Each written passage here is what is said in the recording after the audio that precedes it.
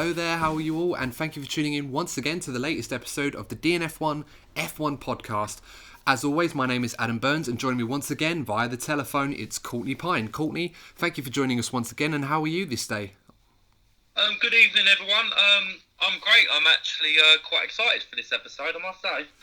Yeah, I mean, quite often, recently I should say, we've had a hard time coming up with different topics. Of course, we don't want to hold back too much, but of course, with F1 not really going on at the moment, there's all that suspense and all that waiting. It's more of an opportunity for us to try and explore different avenues with this podcast. And in the earliest phase, you want to try and keep things on topic and interesting. And it's obviously been difficult for us, and we're aware that obviously you guys are just as anxious as we are. We want to get this season underway, and of course, it's different on the interest, I should say. But we'll persevere, we keep going. But of course, we've got quite a few juicy topics to discuss that's been going on this week in the news. So without further ado, Courtney, I say let's get right into it. Let's have a look at what's been going on in the F1 news.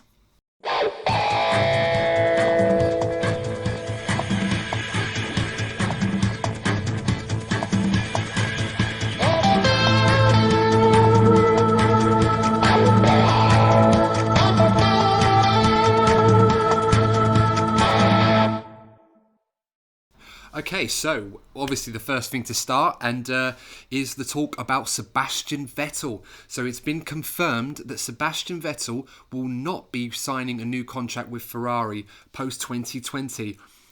Courtney last night actually messaged me about this. He said to me around about 11:30, the rumours about Sebastian Vettel not staying at Ferrari are now being reported in Germany. And of course it was Bild, the German newspaper, and also ASM US or something like that, I think they're called. Excuse me if I've pronounced it wrong. I'm bringing you the exclusive. That's it. We don't need leading reporters. We've just got Courtney on Twitter. That's all we need. That's it. You don't get more reliable and credible than that. I'm permanently glued to it, so, you know, it has advantages. Yeah, no, it's true. And to be fair, I would never doubt you for a second. As soon as I went on there, I was like, what? Like, I couldn't believe it. I said to Courtney last night, guys, that when he messaged me this, I was under the impression that Ferrari and Vettel had gone back to the drawing board over a potential longer deal, because the original first deal of a 1-year contract had been rebutted by Vettel. He wanted a longer deal. And then when I heard this news, I was a bit surprised at first, but I wouldn't say it had taken me completely out of the blue. I did kind of pseudo-expect something to happen of this right. This has been rolling on for a while now, hasn't it? There was even talks as early as last season that Sebastian Vettel's, seat at Ferrari was under some kind of threat, or there was a solid rumour going around last season that he was thinking of retiring. Because I don't know about you, Adam, but the last couple of seasons or so, you know, with Lewis Hamilton has taken a step up in performance. Ferrari have been jittery, inconsistent with performances, and it seems to me the last couple of seasons he seems to be getting involved in more accidents, you know, and just by his demeanour, he seems to be losing interest in the sport in general. Yeah, I think that's a fair point to make. I mean, just to cast your minds back a bit, guys, on how we've ended up to this position. So obviously towards the end of last season there was a lot of talk about whether or not Ferrari and Sebastian Vettel were going to be able to sit down and agree a new deal, as of course, for those of you that know, his current contract expires at the end of 2020.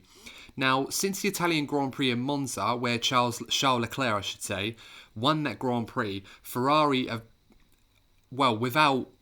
I think unconditionally, I think is the right word, unconditionally backed him as the number one driver of that team, or the de facto number one. It was a very telling moment. It was like just watching the scenes, you know, like we saw videos, you know, coming from Italy, the celebrations after the race, and obviously seeing the Tifosi afterwards.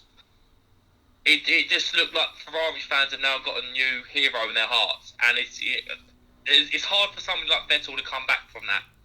Yeah, I mean, you could see a changing of the guard at Ferrari from that moment on. I mean, I even said in an earlier podcast that I saw the early stages of that happening, at least as far as the upper echelons of the Ferrari management were concerned. that Leclerc had kind of taken the baton from Vettel after his pass on him in the Bahrain Grand Prix on the second lap, where he completely gazumped him into turn one. Didn't see it coming. It was surprising because usually, particularly at Ferrari, team orders are usually a big thing. And I fully expected, watching the race live, I fully expected Leclerc to stay behind and maybe they'll take a different strategy. But he didn't hang around for long, did he? He went straight for the overtake. No, and he's shown immense talent even in his Alfa Romeo days, and it did take him a while, just like last season, for him to build up his speed and get used to things. But towards the second half of the season, after the summer break, he really showed his pace. Obviously getting back-to-back wins in Spa and Monza, really showing the entire paddock that he is the real deal at Ferrari. And of course, there's still a lot for him to work on. You know, he's nowhere near the finished article, but if Ferrari right now were going to back one of their two drivers, of course, before we found out that Vettel was not staying at Ferrari, that they would have most likely backed Leclerc anyway for 2020. Well, we were debating this during our testing videos, weren't we? We were debating who Ferrari would... we were talking about the concept of the car, weren't we? And the drivability of the car and how they would design the car to suit more. And I was going more for Leclerc at the time, wasn't I? You thought they'd go for a 50-50 approach, but even then, I was under the impression that Ferrari could well design this car to suit Leclerc's driving style.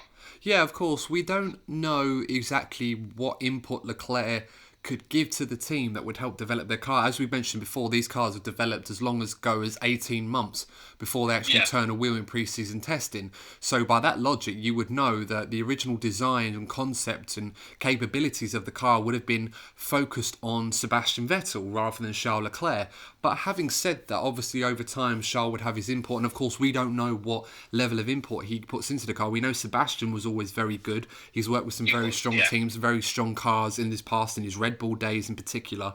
So with that in mind, you would have expected Ferrari to perhaps side, if they were going to side with Vettel. However, that paradigm was shifting all the time into Leclerc's favour, to a point now where we can see clearly that Charles Leclerc, after receiving that long-term contract which he signed with Ferrari, that he was the future, that they were going to back him, which has left Sebastian in a position now where he has to decide his options. But of course, going back to obviously the story of this, where we moved back towards Ferrari's car launch back in February, and they were one of the first teams to launch their new car, and it was very explicit from Mattia Binotto and Sebastian himself and other people in Ferrari management that Sebastian was always Ferrari's number one choice, that the ideal situation would be to retain Sebastian for at least another season and obviously consider their options there. And of course, Ferrari since then, it's been a bit of back and forth between themselves and Sebastian Vettel's camp, and of course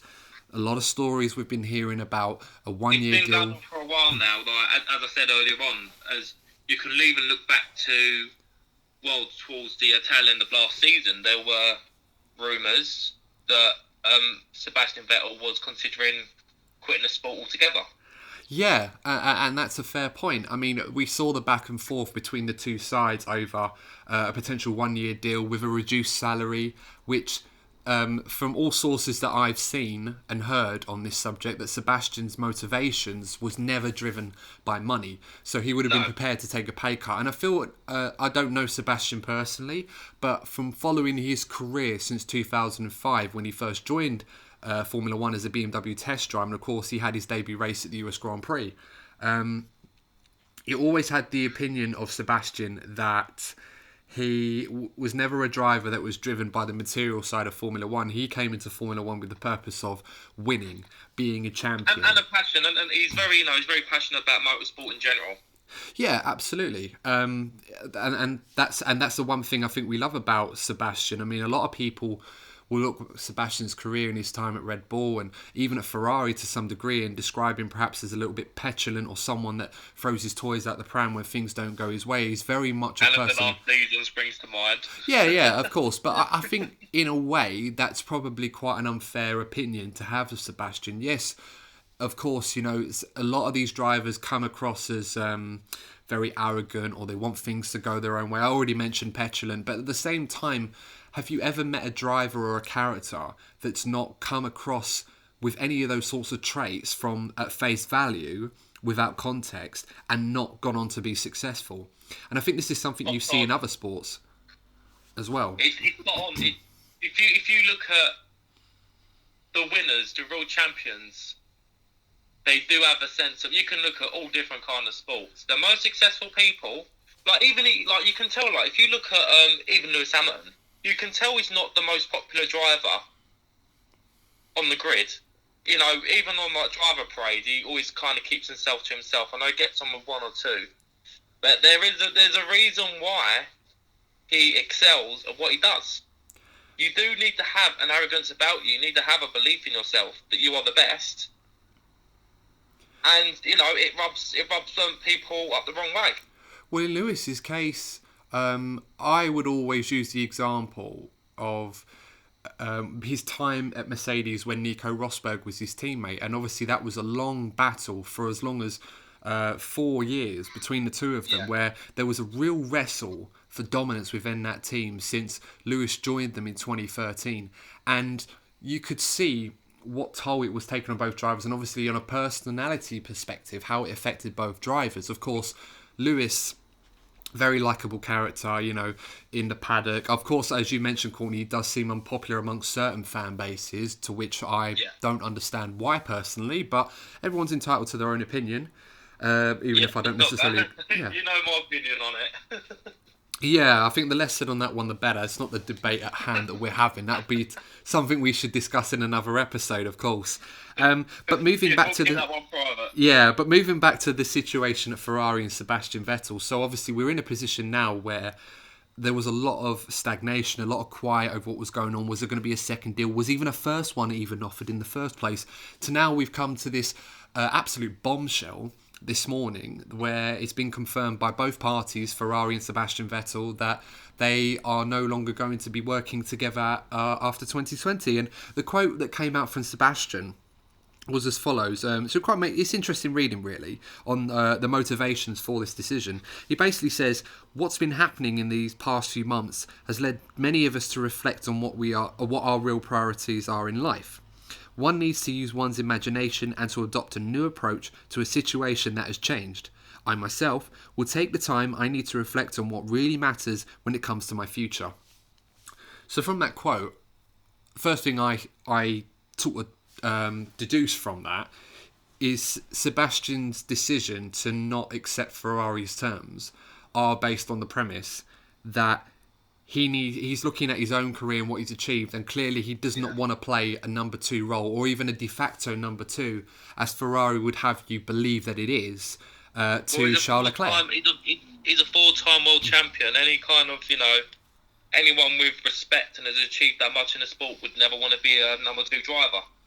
Well, it's kind of gone full circle, because Ferrari in recent years have tried to be quite bodacious about how they've managed two world champions in their own team with high aspirations to a degree where you can judge them on an equal car status, when Sebastian and Kimi Räikkönen were teammates since 2015. However, in all honesty, the moment Sebastian won in Malaysia, his first victory for Ferrari, I think his third race, and won 3 races that season, we all kind of knew that he was the real leader in that team. Of course, he'd moved from Red Bull after 4 championships in 5-6 seasons with them. It was a brilliant, successful time for him.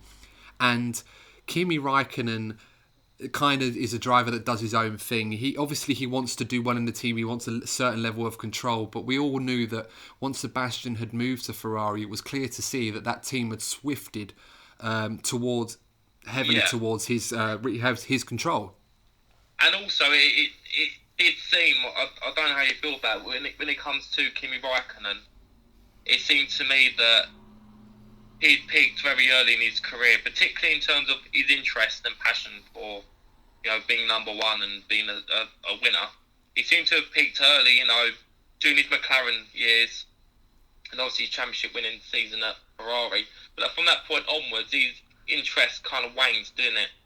Yeah, there's a lot to say about Kimi Räikkönen's career in particular, in terms of his motivations, in terms of his performance, and of course when he came back to the sport after that hiatus, which in turn was was instigated by Ferrari buying him out of the last year of his contract to get Fernando into the car a year earlier than originally anticipated. And this was back in 2010, hence why Kimi was out for a couple of years, and then he came back in the Lotus and was driving really well until he got back the call back from Ferrari in 2014. So with that in mind, Ferrari have always tried to operate a team where they have a number one and a number two. And I'll be honest with you, there aren't really many teams in Formula One that I can think of in its history that have operated with two equal drivers and been incredibly successful in the sport without having a car that blew the rest of the field away. I mean, people will always look at this and raise... David, the prime example. Exactly, and that was the example I was going to raise. People say, what about Hamilton and Rosberg? They were trading world championships for a long time. And the reality was, well, yeah, they were, but you had two of the best drivers in the sport in a car that was easily 3/4 of a second faster than anything else. Unless those two took each other out, which happened more often than they'd like, that was always going to win, that car. It was just a case of which one of the two was going to do it. So for me, I've never been an advocate of having equal drivers. It's, of course, you never tell your driver that. You're never going to join a team with the ambition of just being the second driver. You're going to go there because you're going to want to win. But there are certain situations, and we've seen now Mercedes under Lewis's tenure for a long time now, Red Bull with Verstappen, obviously Ferrari had Vettel until Leclerc has literally wrestled that control from him, which... Yeah, can we touch on Red Bull very quickly on that subject, actually? Sure.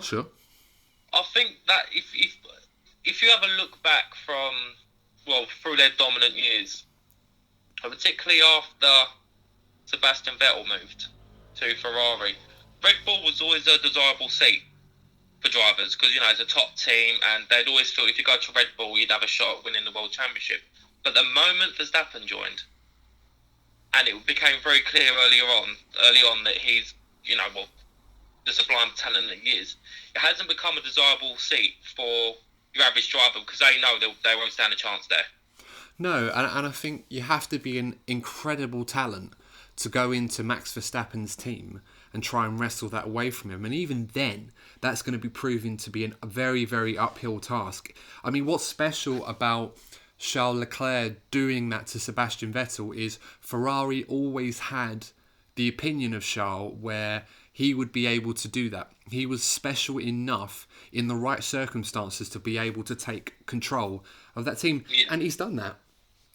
Obviously, do you get like certain flashbacks to McLaren in 2007? Because I certainly do. I do. The only difference... Not quite as dramatic, of course. No, the only difference between that situation and this situation is Fernando Alonso was promised the world at McLaren. And back in 2006, obviously when he moved after winning his second world championship. And the idea at the time was to go with Pedro de la Rosa until...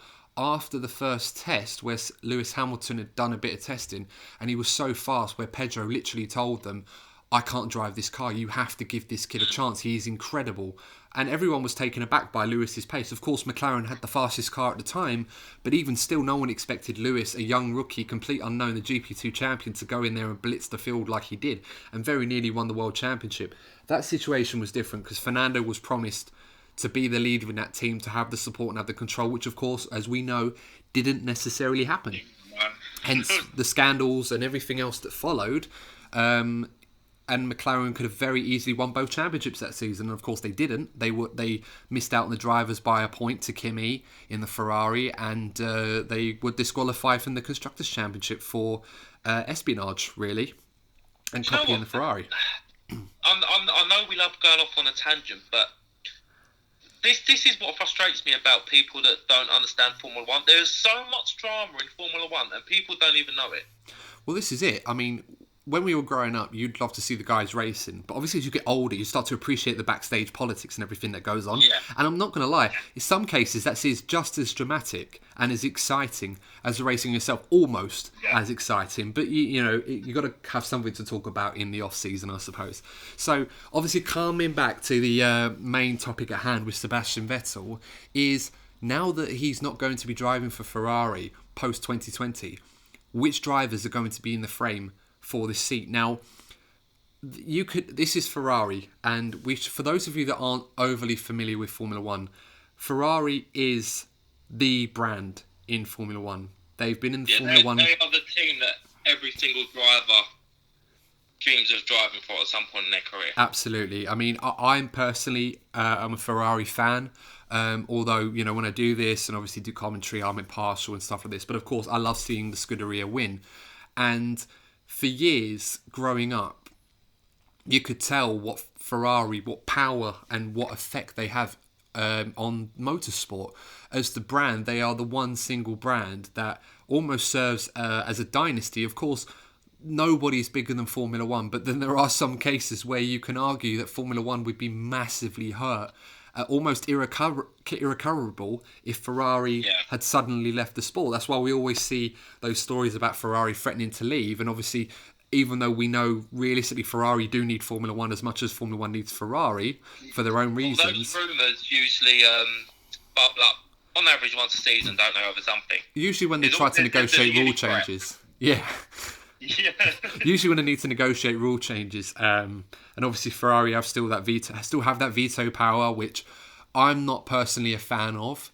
But a lot of people got to understand that Bernie Ecclestone literally gave Ferrari the world, including the heritage payments and everything else that Ferrari get, which a lot of other fans that are new to the sport aren't happy with and don't understand why. Not that I'm condoning it, but there's a lot of things that have happened in the past to keep Ferrari sweet, and obviously their significance and magnitude, their draw to fans in this sport. And if you ever want to see what Formula One means to Ferrari and what Ferrari means to Formula One, just go and see a race at Monza when Ferrari wins. Last year's podium. Well, they are a national institution. We've said it many times, in previous episodes. They are a national institution, and sometimes, we've seen it many times in the past few seasons.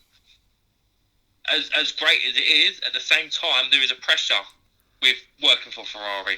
And they have crumbled sometimes in recent seasons because of it.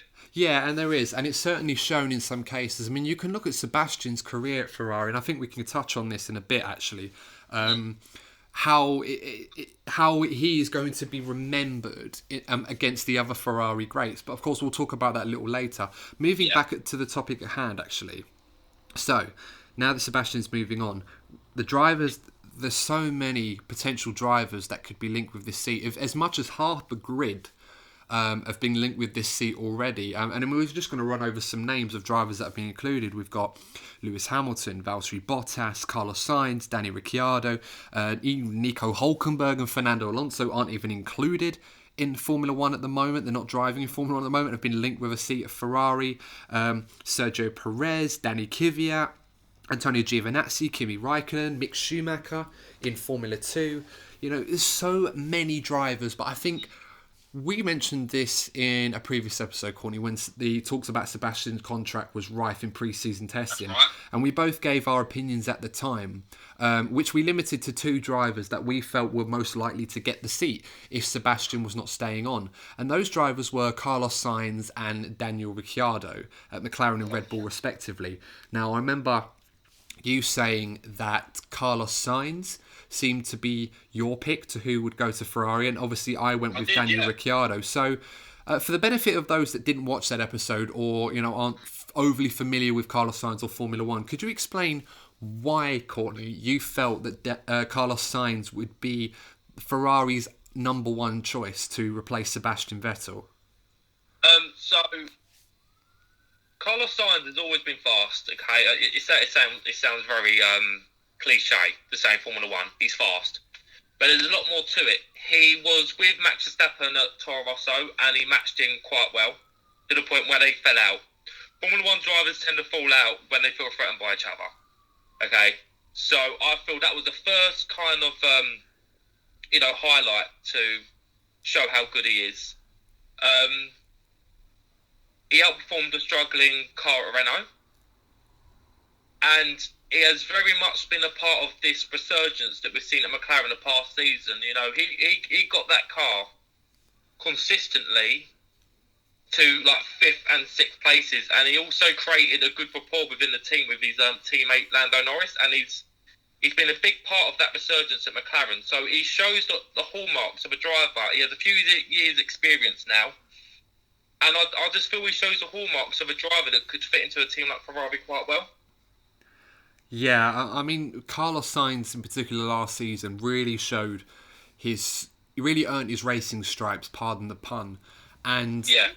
he had a great season last season. As you said, Courtney, a lot of very good finishes. Of course, Brazil got his first podium of the season, which was awarded quite late on owing to a penalty that Lewis Hamilton had received for a collision with Alex Albon. But nonetheless, it was McLaren's first podium since Lewis Hamilton won in, or was it later than that? They got a double podium in Australia in 2014. I think was the last podium they had. Oh, of course they did. Excuse me. Yes, You're right. They did. I often forget that one. I always think about Lewis when he won in Brazil in 2012. Yeah, that was their last win. But as mentioned, so it's amazing how far Carlos has come in a short time, and I almost feel like his success has been hidden under the radar. Let's not forget, back in his Toro Rosso days when he debuted alongside Max Verstappen, he was very competitive alongside Max. It was by no means a one-sided fight with Max Verstappen. Carlos Sainz really did ruffle a lot of feathers in that camp, and a lot of scenarios where Carlos had a lot of tension with the management in Red Bull, which ultimately led to him leaving that Red Bull program and moving on to Renault, which that move didn't necessarily work out either. And then, of course, he moved to McLaren, got that opportunity to work with Lando Norris and work in McLaren, of course, replacing Fernando Alonso after retiring from the sport. There was a lot of pressure on his shoulders in that first season to really be the guy to deliver results, lead the team, an experience he's not had before. And he's only 24 years of age. So, a lot of pressure on a very young man's shoulders. But to his credit, he has very much delivered that aplomb. And now potentially finds himself in a position where an opportunity at a huge team, and of course, we say this respective to performance, McLaren are an absolute huge entity in Formula One, one of the most successful teams in the sport. But in my mind, they're still potentially a couple of years away from returning to the upper echelon. They're an upper mid team. They are an upper midfield team as of now. Yeah, the best of the rest, you're right. And they're still a little while away from returning to the upper echelons of the pecking order. Yeah. But now an opportunity has arisen where a seat is available, and Carlos Sainz, even though would make a very good number 2 at Ferrari, I'm not of the opinion that Carlos would go to Ferrari with that aspiration or ambition in mind. I mean, he's not going to go there to be a Rubens Barrichello or an Eddie Irvine. Well, I was mentioning Ferrari too, but yeah, I mean, a wingman. I mean, and this is no disrespect to Valtteri, because he would not like to be named as that. He certainly does not intend to be at Mercedes to be Lewis Hamilton's wingman, nor did Rubens Barrichello or Eddie Irvine to Michael Schumacher. Exactly. But sometimes you have to fit in a role, and of course, teams need to pick a driver that's capable of performing well, being consistent, being competitive with the number 1 driver, but at the same time delivering the results. And that's something Ferrari haven't had. They've always, in the last year or so, since Kimi left the team, Kimi was always happy to do his role and just go about his own business. And there wasn't really any politics with Kimi. Kimi, obviously, he had to deal with that and be immersed with that. And obviously why he was so good at Alfa Romeo last season is because he just was able to do his own thing, drive, and it was probably some of the best performances we've seen from Kimi since his race win in the 2018 US Grand Prix for Ferrari. And Carlos fits this bill really well. My only concern with Carlos Sainz, Courtney, is that is he experienced enough at a top level? We've seen him perform well in McLaren, and obviously did well at Toro Rosso. He had his moments at Renault, but ultimately it was never really a move that worked out for him when he was battling with Nico Hülkenberg. But is Carlos ready for an opportunity at the top level? And sometimes in Formula One, you don't really get an opportunity to really show everyone that you're ready until you're thrusted into that position and you either sink or swim. And there's no environment more brutal in that regard than Ferrari, and Charles has shined. There aren't many drivers that would be able to cope with it, as we've seen, from the main topic, even even a driver of Sebastian Vettel standard has struggled. So I get what you're saying. There's a lot of pressure, but he is showing positive signs, and that wasn't a pun. I like it nonetheless, though. It's pretty good. But he's shown all the right hallmarks of a driver that could cope at Ferrari. He has raced with who we reckon could turn out to be one of the best drivers of their generation in Max Verstappen. So I can't see why I particularly struggle, racing against anyone. I get the pressures that come with racing for Ferrari, but if you have a look at the list of drivers that could do it, there are only two that I can see, and I'm sure you can see too, based on the rumours, and it's only him and Ricciardo that seem realistic right now. Yeah, and that's a good point. And I think we should move on to the Ricciardo topic as well, because I previously said I would like to see Daniel Ricciardo replace Sebastian Vettel. It almost seems fitting, considering that they were racing together in the Red Bull team in 2014, where we really saw Daniel Ricciardo shine. We saw him shine in that team. When Sebastian was world champion, of course, after he'd won his 4th title, and certainly ruffled some feathers there and really made that team his own until Max Verstappen came along years later. But for Ricciardo, it seems more of a safer choice, because I'm of the opinion that Ferrari, despite Sainz's pace and Leclerc obviously on the rise in the pecking order of Formula 1 as one of the top 3 drivers on the grid with Verstappen and Hamilton, respectively. Yeah, I'd say so. Yeah, I'll do that. You almost worry that Sainz is inexperienced, and also Leclerc's inexperienced to his credit. I mean, Leclerc's 22 now.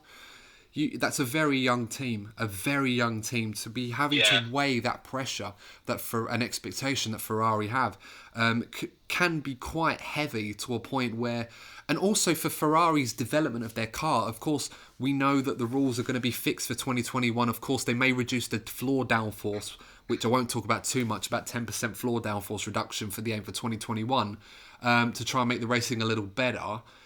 But as a stopgap for the 2022 regulations. But with that in mind, Ferrari have got a lot of work to do, and they need drivers that are going to be very good at giving great feedback to develop the car. Yeah. Or they could risk, Kimi was very good for Ferrari in that sense, wasn't he? He's very good at giving them feedback for developing their cars. Yeah, I mean, Sebastian was as well. And of course, I mean, it's no surprise that Kimi Raikkonen's involvement in Ferrari's input, rather than focusing purely on Fernando alone, back when they were teammates, really coincided with Ferrari gradually moving up the pecking order to a point where they put together 2 championship challenges with Mercedes in 2017 and 18. Of course, 2018, you could argue, was the year that Sebastian and Ferrari really should have got it done and beat Mercedes, but it never happened, of course, for obvious reasons. It fell apart quite spectacularly. But with that in mind, I would grow on the side of caution for Carlos Sainz in that regard compared to Ricciardo.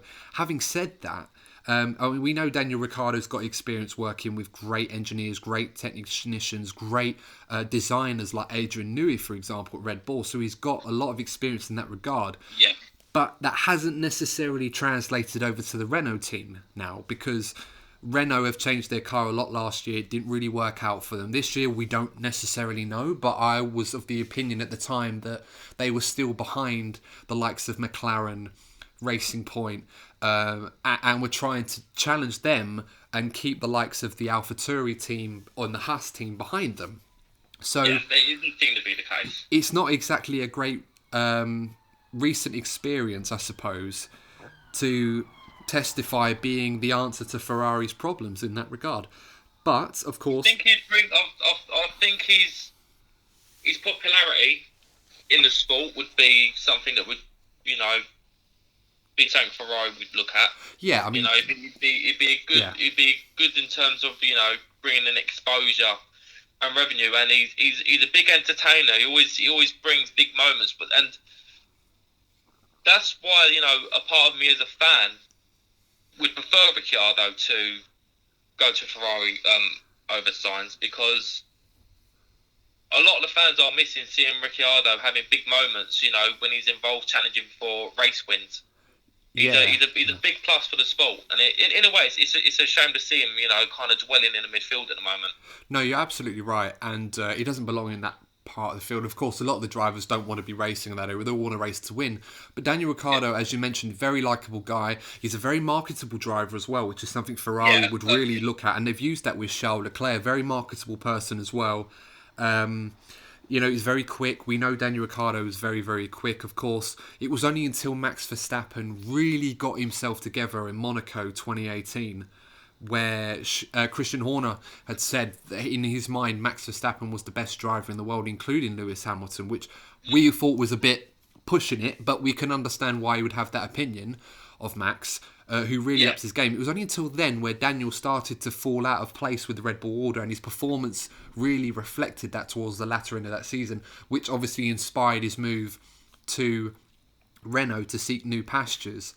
And Ricciardo's been waiting for this opportunity all his life, the Ferrari opportunity that's eluded him in the past, and when Leclerc was joining the team, and now it's become available again almost at the right time for him, because I feel like we're of the opinion that we don't believe he's going to stay at Renault beyond his current contract. It just hasn't really. No. And he's in his prime as well. Daniel Ricciardo is at the peak of his powers. He's a proven race winner. We know he's capable of putting a championship challenge together. He just needs to have the right machinery to do it. And Ferrari, it seems like, for me, it seems the obvious choice for a lot of reasons, ones that I've mentioned, and obviously that level of experience to be able to drive in a top team and make it work.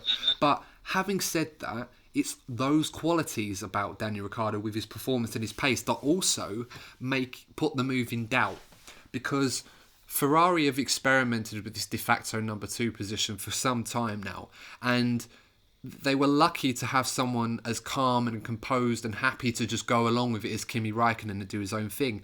And Charles Leclerc proved last season that Ferrari were never going to be able to peg him down as the junior or as the intern to Sebastian. And Sebastian obviously found, despite his own poor performances for much of last season until, of course, towards the end where he really picked up his form, we saw that Ferrari struggled to contain the two drivers together, even though it must say they have an excellent working relationship and were very good friends and they got on really well together.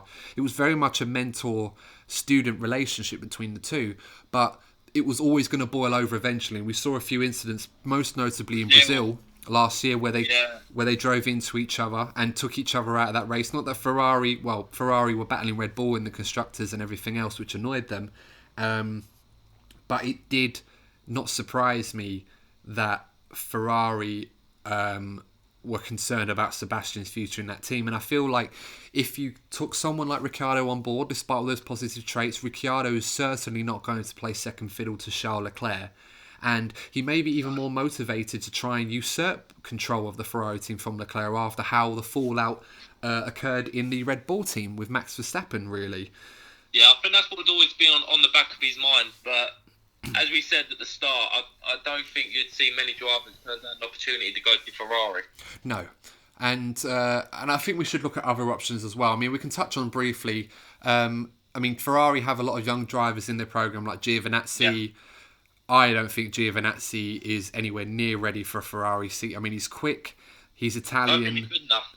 No, I mean, he's quick, he's Italian, he's obviously a little bit experienced in Formula 1 with the Alfa Romeo team, so they're very much able to watch him closely, and he's done a lot of good job as a development driver. But I feel with Gio, his biggest weakness is his lack of consistency. He's shown on occasions he's very, very quick and very, very good. I mean, Brazil, he scored big points there with Kimi when Alfa got double points there. Towards the end of the season, he drove really well when he was under pressure. From losing his seat ultimately, Alfa, which obviously he hasn't done. He's retained on this season. But I just look at someone like Giovinazzi, and I look at the incident in Belgium when he retired on the last lap and threw away championship points, and I just feel that he's the sort of driver that needs to improve his consistency for Ferrari to seriously consider him. He's nowhere near ready for a drive like Ferrari, no way. Yeah, and Ferrari are desperate to have an Italian driver in their team. We shouldn't... I don't talk about it as if it's like a nepotism thing, but obviously an Italian-based team's going to love an Italian driver in their team. And that's something as well we should mention is good for Daniel Ricciardo. Of course, he has Italian heritage. He speaks fluent in Italian. I mean, there was an interview he gave in Monza last season where he spoke in fluent Italian, and you could tell that that's something that can get on board with the fans. Of course, Ferrari want their drivers to learn Italian, to speak the language. They don't just go in there and then have subtitles after every interview. They're serious about that sort of thing. You have to really embrace and immerse yourself in the Ferrari way. Well, I've Quite noticed unique. that where they've been doing the virtual Grand Prix, and a lot of the drivers are doing live streams. Yes. I've noticed that in Leclerc's streams, in the Formula 1 game, his engineer's talking to him in Italian. Yeah, and do you know what? It's good practice because, I mean, we hear on the radio they speak English anyway. I don't know if that's a rule where they have to speak English for the benefit of the broadcast. I'm not sure about that. Yeah. But to be honest, Ferrari, why wouldn't they speak Italian to their drivers if they could speak fluent Italian on the radio just to throw a curveball at the other teams? But then if they did it, the other teams, of course... 9 out of the 10 teams have a UK base, with the exception of Ferrari, and of course Haas are based in America. Well, they speak English anyway, so it's not exactly like it's a weird. It's not a weird concept to imagine Ferrari wanting to adopt that, but I'm pretty sure there must be a rule where they have to speak English for the benefit of the broadcast. It's for broadcasting reasons. It has to be, yeah. It has to be. Yeah. But yeah, Giovinazzi for me, not consistent enough, despite signs of pace, which is something you can work on. So not now, but certainly one to have to keep an eye on, and more data is required before they can make a more informed decision. Other short-term options, because of course we were talking about Sebastian only doing another year, so Ferrari might be interested in other short-term options, like, let's put a spanner in the works for a bit of fun here, Valtteri Bottas. For example. Now, Bottas has obviously been going on a year-by-year basis with Mercedes. He's not done a bad job for them. Last year was heavily overshadowed by Lewis. Despite a good start to the season, that Valtteri 2.0 really fell away, and he won't appreciate this, and he didn't at the time when Toto Wolff referred to him in this way. But he is one of the best wingmen in Formula 1. And he's done an excellent job. It shows. Yeah, and he's done an excellent job supporting Lewis Hamilton. Of course, he wouldn't have liked it when he gets the radio call to let Lewis through or to back another driver up to help the team and stuff like that. He wants to get on with his own race and win championships. But Ferrari will know this, and if there is concern over Valtteri's future at Mercedes... I was going to say, this could have a knock-on effect on Valtteri's future as well. Yeah. And, with the rise of someone like George Russell at Williams at the moment, you almost feel that it's inevitable that George is going to be in that Mercedes seat, which would raise the question what to do with Valtteri, because that's, for all intents and purposes, despite the fact that he is technically available, we don't expect Lewis Hamilton to go to Ferrari. I mean, Lewis has always teased the idea of joining Ferrari. He said he's always wanted to drive for the Scuderia. And let's be honest, Courtney, if there was ever a time for Lewis to join Ferrari before his career is up, it's probably now. But realistically speaking... He'll be very aware of how popular Leclerc is at Ferrari. And Leclerc's only going to get better. So for that reason alone, I think that's the only reason why Lewis wouldn't go to Ferrari, obviously apart from what he's built at Mercedes. In terms of how desirable Ferrari is from the outside for a driver of Lewis's prestige, the rise of Leclerc and the popularity of him within that team would be a put-off. And I think that's a fair point. My only concern with that is that seems more like the opinion that Ferrari might have of Lewis, but rather in terms of not necessarily interrupting, but how he would fit in the team, because he's certainly not going to want to be number two. The world champion, 6-time world champion. I mean, how fitting would it be if Lewis, let's say he wins the championship for Mercedes this year, whenever that does get underway, how fitting would it be for him to break Schumacher's record of championships driving in the Ferrari? I don't think Ferrari would mind that too much, but then it'd be a little bit awkward giving him the tools to break the record of arguably one of the greatest drivers of all time. Well, he is one of the greatest drivers of all time. It's not even an argument, but definitely Ferrari's greatest. But at the same time, Courtney, I don't think I'm wrong in saying this. And of course, you're more than welcome to rebuttal if you feel differently. But if Hamilton wanted that seat, it'd be his. I believe Ferrari wouldn't hesitate to offer him that seat if Lewis genuinely wanted it. Lewis has proven he is the best of his generation. Yeah. If not one of the best of all time, without a doubt. Yeah, I completely agree with you there, mate. Yeah, it's one of those weird situations where we don't believe it will happen, but it's always fun to think about. And I think you and I, it's kind of like football. You talk about Messi or Ronaldo, well, not Ronaldo so much because of his age, but Messi in particular could join almost any club in the world if he wanted to.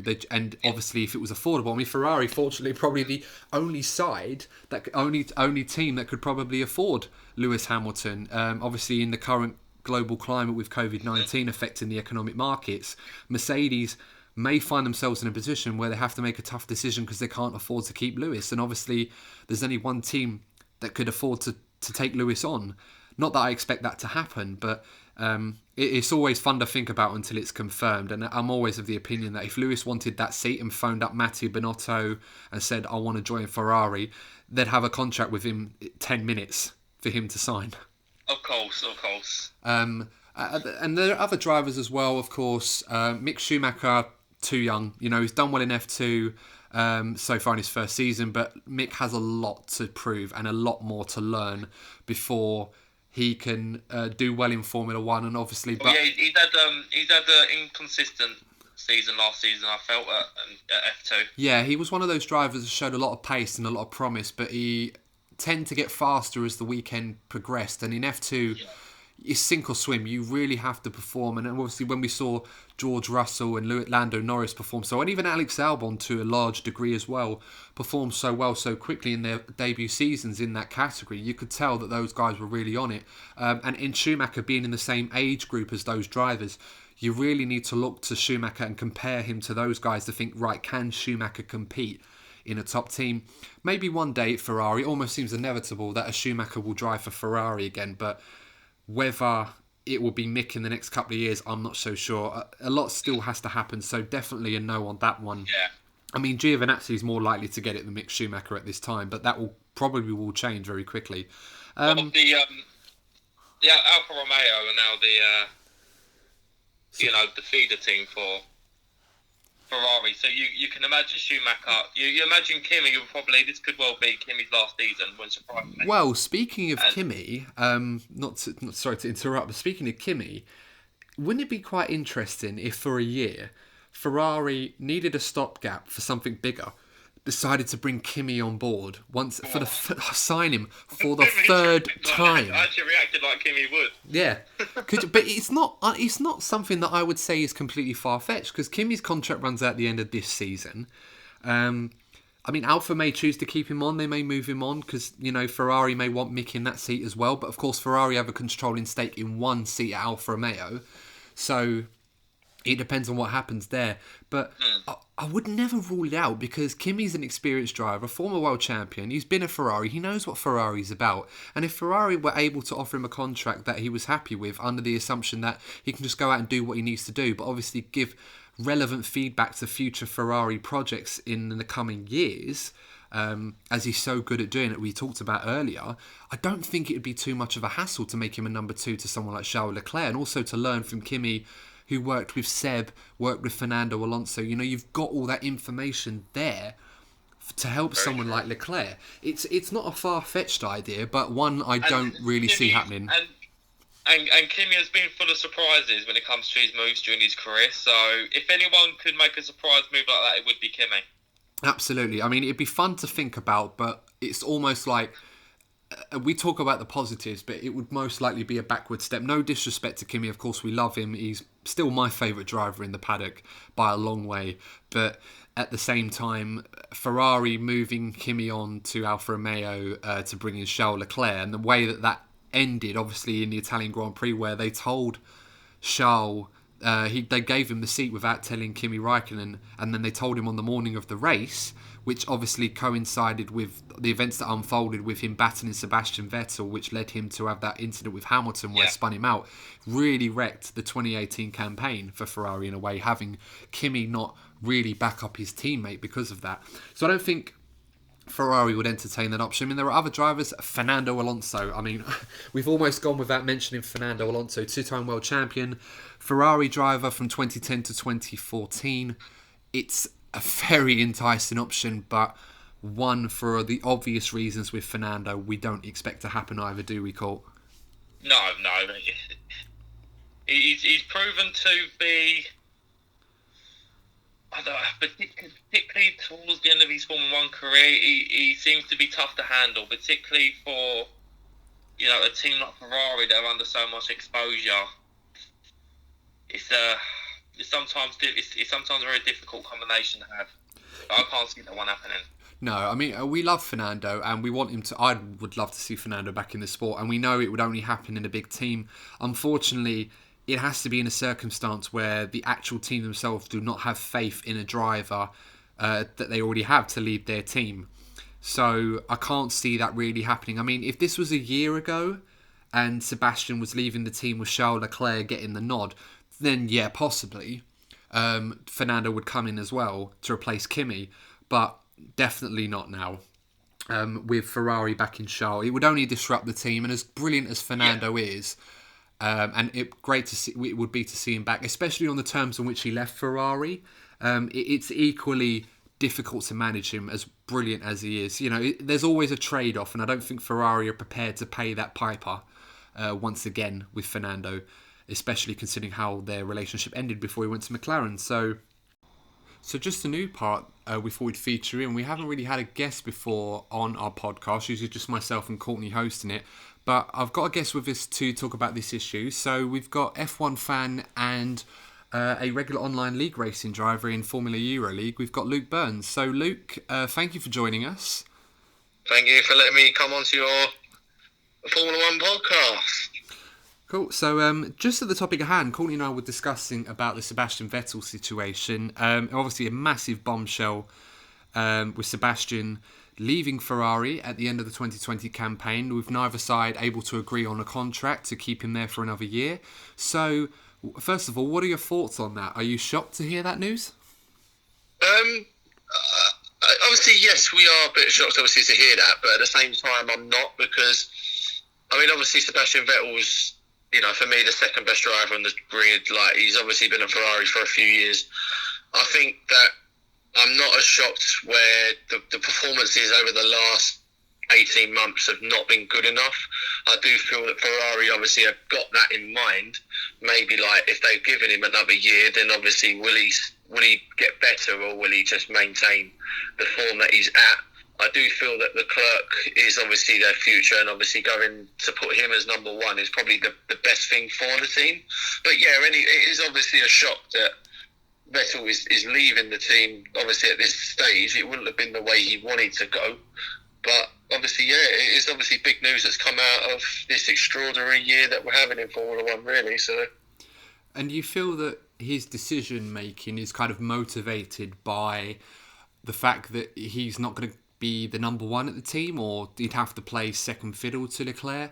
Or do you feel that perhaps there's been other motivations, like perhaps money, or that Ferrari could no longer give him a longer term deal than he would have wanted? Yeah, I think that's definitely a factor. I think he obviously wanted certain, he wanted certain things, and obviously Ferrari probably didn't want to offer it to him. But I also feel that, there are obviously other avenues I think Vettel needs to think and consider for his own future. So I do feel that, obviously saying before, like it's obviously a shock that he's leaving now, but I do feel that he's taken it under consideration that it probably is best for him to leave due to the form he was in. So, obviously, yeah, it could be a good move for Ferrari, for both parties. Obviously, he could move on elsewhere, and Ferrari could get someone else that could give them success that they want. And of those options, who do you think is the likely candidate? Because, of course, Courtney and myself, or Courtney and I should say, were talking about the likelihood it's going to be down to two drivers, being Carlos Sainz and Daniel Ricciardo. Now, we're of the opinion that we think it's going to be Carlos Sainz, although I stressed I think it should be Daniel Ricciardo. But who do you think Ferrari are going to turn to, and why do you think they're going to go that route? Personally, obviously the last 4 races I've been doing with Formula Euro League, I'm available.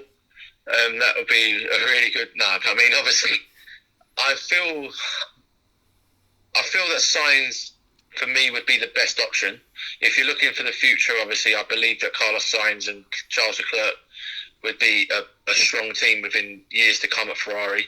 Daniel Ricciardo's obviously got a lot of experience driving alongside Vettel. He's obviously raced at the top level, which Sainz hasn't. Obviously, Sainz has been at McLaren, but McLaren are not the team that they used to be. But, I mean, Ricciardo has that over Sainz. But, I mean, let's forget, I mean, I would go for Carlos Sainz, but don't rule out Lewis Hamilton. I mean, he's out of contract in the summer, and he's always stressed out that Ferrari could be a choice for him before he retires himself. So, I mean, Ferrari, if they find out that Hamilton wants to go there, they may even give it to him. But I truly believe Sainz will take the position.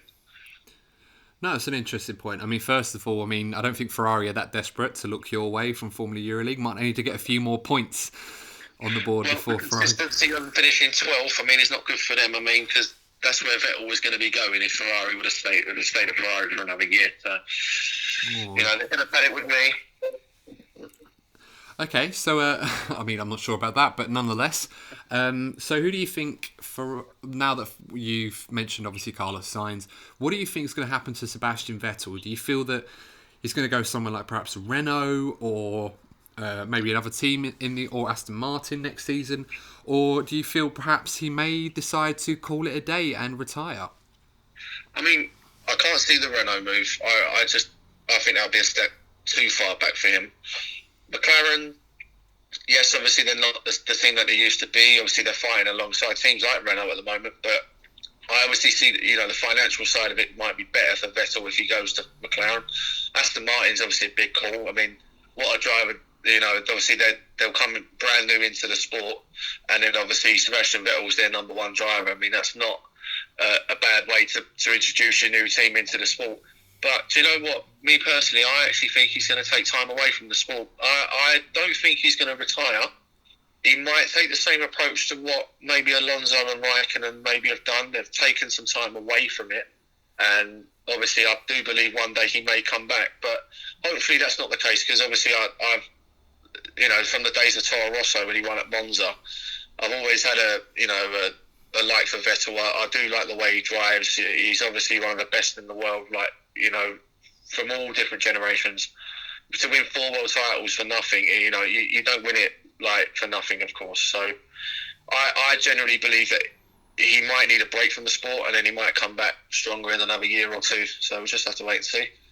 No, that's fair enough. Certainly a good opinion on that one. Well, and I mean, thanks for your time. Obviously, just to give you viewpoints on that. And obviously we'll have to get you on the podcast a bit more often when the Formula 1 season does eventually get underway. But for those of you unfamiliar, so obviously I commentate on a few online racing leagues, one of which is Formula Euro League, which Luke competes in. And as he's quite often mentioned, he does love a 12th place finished.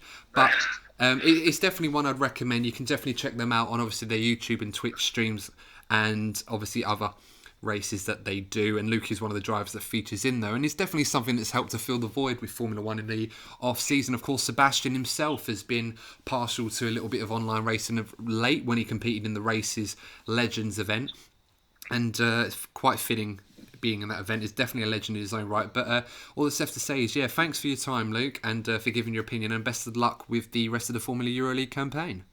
Thanks very much. Can I just mention that I'd just like to say thank you to the guys at Formula Euro League for obviously giving me the opportunity to race with them as well. I mean, obviously I've only done a couple of races with them so far, but obviously I'm really enjoying it. I'm trying to get better, and I'm looking forward to the weekend race in Germany. Hopefully I can come out of that 12th place and get into a points position, which would be my aim. So yeah, thanks very much for them, and also thank you very much for allowing me to be on your podcast. So thanks very much for that, Adam and Courtney. Great, you're welcome. I'll see you later. See ya. Bye. Adam? Yes. Could I use this as an opportunity to discuss a couple of polls I put out on Instagram? Of course you can, yeah. I think that's a good time, yeah. Yeah? Yeah. Let's do this. So, yeah. I put out a couple of polls on Instagram asking you guys, first of all I asked, where do you think Sebastian Vettel will end up after this season. So 60% of you said they could see him going to McLaren, which is a very interesting conclusion. We haven't really covered that. 30% reckon he'll retire, and 10% reckon he'll end up at another team. And then the second question, which is what we've just been discussing, is where do they reckon will end up replacing Vettel at Ferrari? 60% said Sainz, 20% said Ricciardo, and interestingly, 20% said Mick Schumacher. Yeah, I mean, it's interesting to see on that polls, and I think we'll talk about the Sebastian Vettel thing in a bit, actually. But Yeah. I'm inclined to say with those polls that I do feel personally, if you ask me who I think will join, it's Carlos Sainz. Who I think should join is Ricciardo. Interesting, we should mention that because obviously I've been looking on the news today with what's going on, all the rumours. And this story seems to be moving quite quickly, hence why we're recording this today, because obviously if we don't, we might miss the boat on the topic. But it seems quite interesting. There are quite a few rumours coming out in the Italian press that Carlos Sainz is going to be the man to replace Sebastian Vettel, and this could be announced in the next few days. With that in mind, the source themselves do quote Daniel Ricciardo as a potential option. However, they feel the main reason why that is unlikely is because Carlos seems to be the first choice and Ricciardo looks likely to replace him at McLaren. I would love to see that. I would absolutely love to see that. What a brilliant combination that would be, seeing Ricciardo with Lando Norris. I mean, that's just got banter written all over it. Lando and Ricciardo. And there would be, and you'd have the banter side of it. It'd be great exposure, for McLaren as a team. If they want to resurge with, let's not forget they're going to have a Mercedes engine next season, so this could be a slot opportunity for them to have great exposure with two very popular drivers in the grid who have already shown, in a press conference last season for the British Grand Prix. That was on my highlight of the season, apart from the racing, when Lando Norris broke down in tears. I don't know if you remember, Adam. Can we please find that clip and put it on the video if you can? That'd be brilliant. I mean, that'd be fantastic. Every time I watch that, it genuinely makes me happy. Please give it a watch. But I just feel not only would that be, good for them in terms of exposure, and for bringing in a bigger fan base. And I don't really need to already have a massive fan base, but it'd be a quick combination as well. And I feel like they'd push each other quite hard. Yeah, no, I agree with that. And I think Daniel's obviously looking for something a bit new. It hasn't really worked out for him at Renault. I mean, he did cite that team as a team on the up, and there was a lot of evidence to suggest that he was right about that. But it hasn't really come to fruition, and I feel that McLaren have taken quite a meteoric rise in the last few years. They've had a massive change in personnel. They've got Andrew Seddle, the former Porsche LMP1 World Endurance Championship team boss, take over, and he's had quite an influence on that team. James Key, of course, joining from Toro Rosso. A lot of big figures joining the McLaren setup. And as a result, that team has definitely established themselves as the best of the rest, alongside the likes of Racing Point. And they're definitely a more desirable drive these days. Yeah, and I think the next couple of years are going to be quite telling, but I feel that if there's an opportunity available to join McLaren right now for Daniel Ricciardo, if he wants to invest another couple of years in a development project, if you like, then I think that's the way to go. Assuming, of course, that Ferrari do give Carlos Sainz a nod. Of course, if Ferrari went the other way and went for Ricciardo, then there's no doubt Ricciardo should take that opportunity. But I definitely feel that if that is to happen, that would be quite the coup for both teams, respectively. I'd love to see it happen, Adam. Which, yeah, and I think that brings us now to the next poll that the fans have mentioned as well. And what does that mean for Sebastian Vettel now that he's not staying at Ferrari? What does that mean for him, for his future? And Courtney mentioned options of going to Renault, to Mercedes, somewhere else, or maybe even retiring. So, what are your thoughts on this, Court? At this point, I know this is a rapidly developing story, but right now, I reckon he could retire. I reckon he could try a new challenge in a different series. Maybe World Endurance. Who knows? And that's a very sobering thought, but not necessarily one that isn't. It isn't based on false pretenses. I mean, Sebastian. We talk about Sebastian as a veteran, but by no means is Sebastian an old man in this sport. It's almost relative because of how much younger the competition is that it might seem that way. But Sebastian's 32. And he's still got a few more years left in him. He's got plenty more years in him, but he's certainly not a driver that's going to be hanging around like Kimi does until in his 40s. I mean, another sobering thought is Lewis Hamilton's the second oldest driver in the paddock now, and he will be once Kimi, which is amazing to think about. But no, Sebastian, 32 years of age, he's achieved so much, and he's very much an early bloomer in the sport. I mean, quite an interesting quote from Mark Webber after he retired from the sport, and he asked what his thoughts on Sebastian was. You know, he seems to do everything quite early in the sport. He come into the sport early in the BMW days. He won world championships and races very, very early on in his career. He won his first race in 2008 in Monza. Arguably one of Sebastian's greatest ever drives in Formula One, his first race win for Toro Rosso. If you haven't seen that, I definitely recommend it. It's incredible. Really much a fairy tale story that was, and obviously the dawn of a new era with the likes of Hamilton and Vettel and etc. But you always see and associate Sebastian with that. And obviously Webber went on to go and say, like, he's had kids early, got married early and all that. Don't be surprised if he ends up going to Ferrari and then retiring. And this was Webber speaking after he left Red Bull back in 2013. You know, reflecting on his career as a teammate to Sebastian Vettel. Of course, they had their moments, rivals in championships for Red Bull. Of course, the Multi-21 incident in Malaysia all those years ago that we still talk about quite fondly.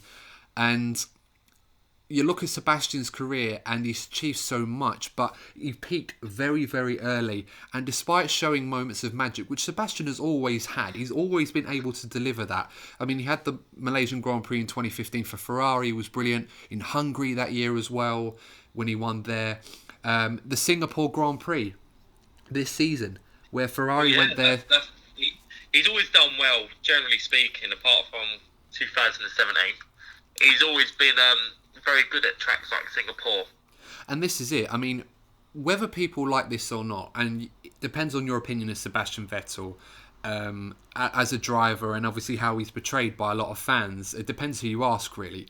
But whether you like it or not, he will be remembered, rightly so, as one of the greatest of all time. He's one of the most decorated drivers of all time. I mean, you look at his stats for Ferrari, 101 races, he's won 14 of those, which puts him third in the ranking, 12 pole positions, 54 podiums, but sadly, no world championships. And I think, you know, despite missing out in 2018, most certainly, where I felt he should have won it that year, and he really bottled it, and so did Ferrari, despite the mistakes that they both made collectively, which coincided with allowing Lewis and Mercedes to really slip through and take another title to continue their era of dominance.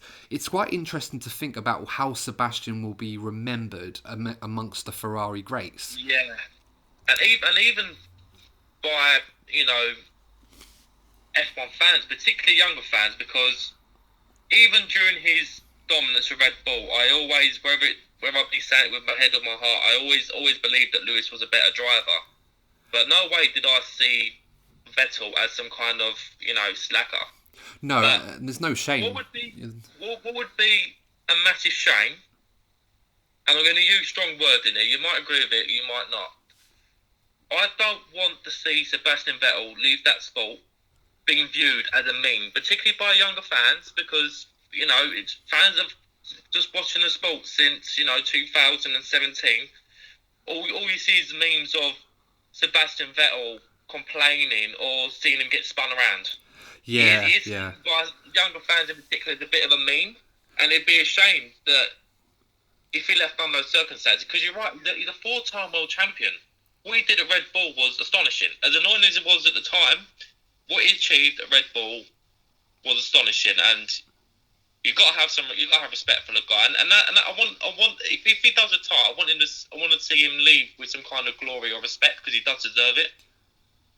Yeah, I mean, it's quite funny. We talk about this. I mean, there's no reason to suggest that now that the pressure's been lifted from Sebastian about his Ferrari future, of course, he'll have in his mind what he wants to do in his future in Formula One, if he does have a future in Formula One. But it would be quite amusing for Sebastian to go on and win the 2020 World Championship with Ferrari, finally achieving that ultimate prize that he seeks to do and emulate Michael Schumacher, his idol, something that Fernando Alonso was not able to do during his time at Ferrari. So it's one of those situations where, you know, I look at Vettel amongst the all-time greats at Ferrari, and even though, I mean, he has to be considered as one of the greatest drivers to drive for Ferrari, despite not having won a world championship. Most certainly, you could argue as the greatest.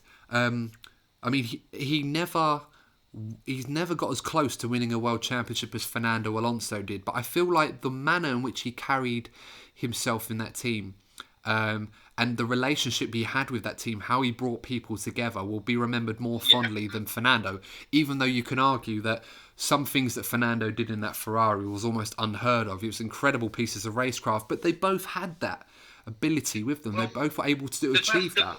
Sebastian Vettel was a big part of Ferrari's resurgence.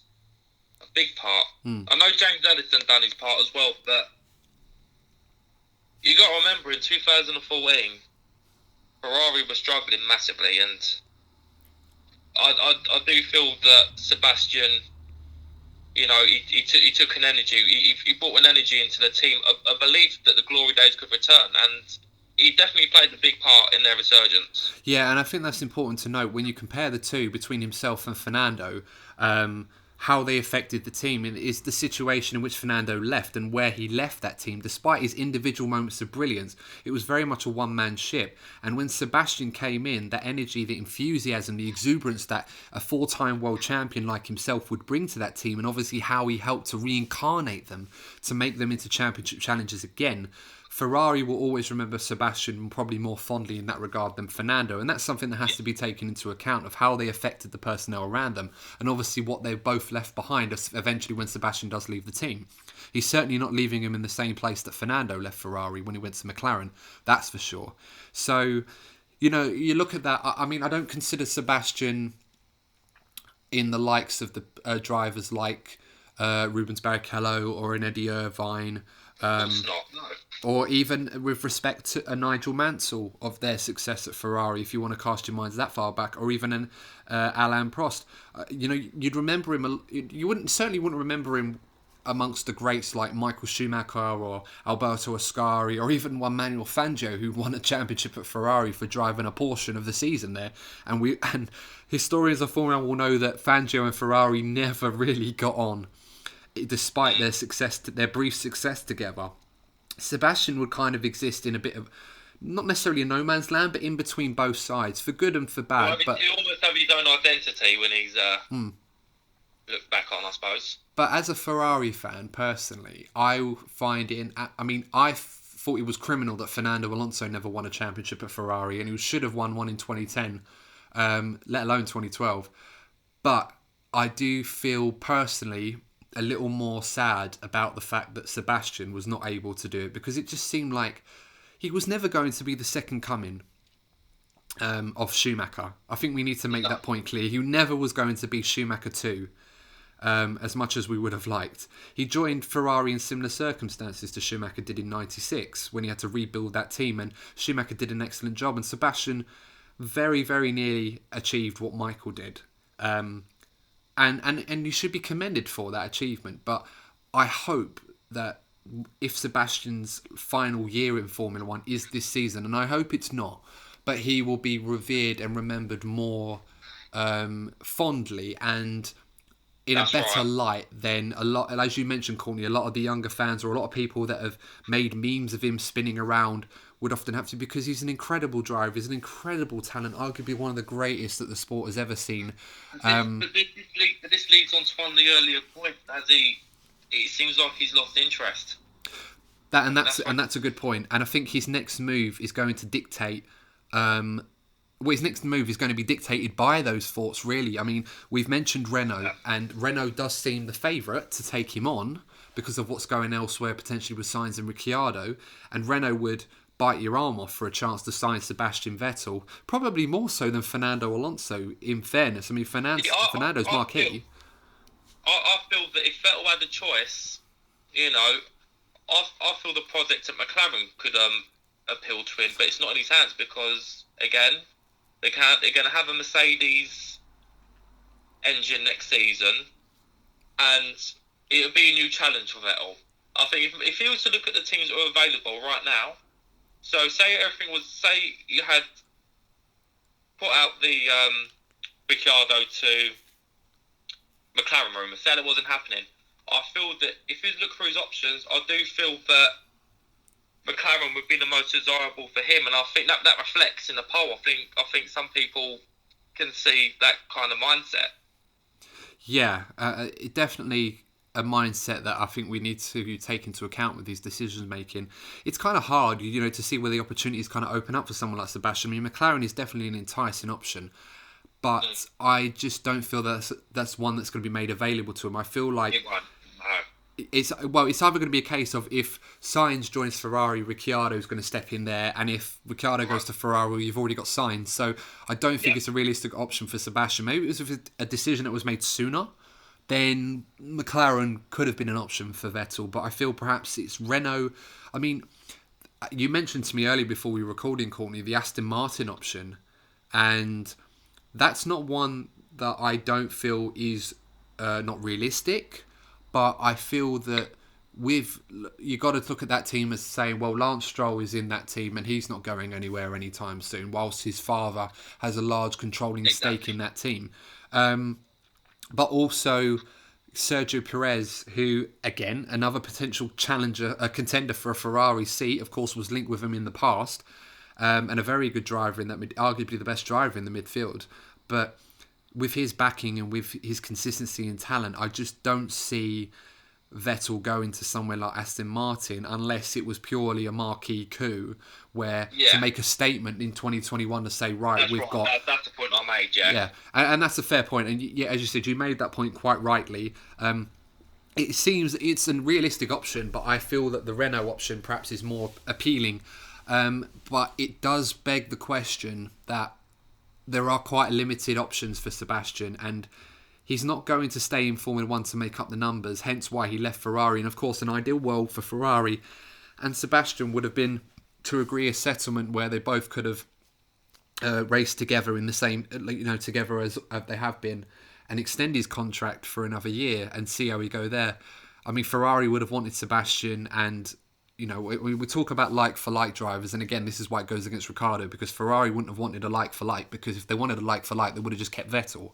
But Vettel himself would not want to be joining a team to be a number two, and he certainly wouldn't want to be joining a team that didn't have aspirations or didn't have what it took to stake a championship challenge in the next few years, because we joke about Vettel making mistakes or bottling challenges in the past, but he's certainly got that ability still and that magic about him where he can put in those performances and string a good run of performances together. I mean, we talk about it like funny, as a joke, but it was only 2 years ago that Sebastian was looking very likely to win a 5th world title. That just doesn't go away.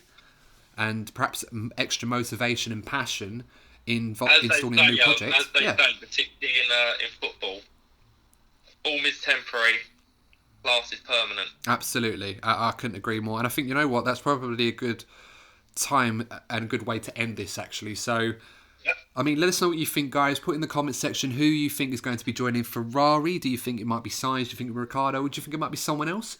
Let us know on Twitter and Instagram as well. And also let us know what you think is going to happen to Sebastian Vettel. Do you think he's going to move to Renault? Do you think he's going to move to McLaren or maybe even Mercedes? We don't know. All the options are open, or even retire. Let us know what you think. And of course, given that the speed of this story and how quickly it's developing, I wouldn't be surprised by next week's episode we should know who is going to be in that Ferrari seat next season, but then maybe not. And then we'll obviously have to talk about it a bit more. But with that in mind, all that's left to say is thanks once again to my co-host Courtney Pine for joining us. Been a pleasure. Really enjoyed this one. Yeah, it's been fun for me too. And of course, an extra thanks for my other guest for his contribution to this episode, Luke, as well, who joined us. So thank you to him. And we will see you in next week's episode in the next DNF1 F1 podcast. Take care.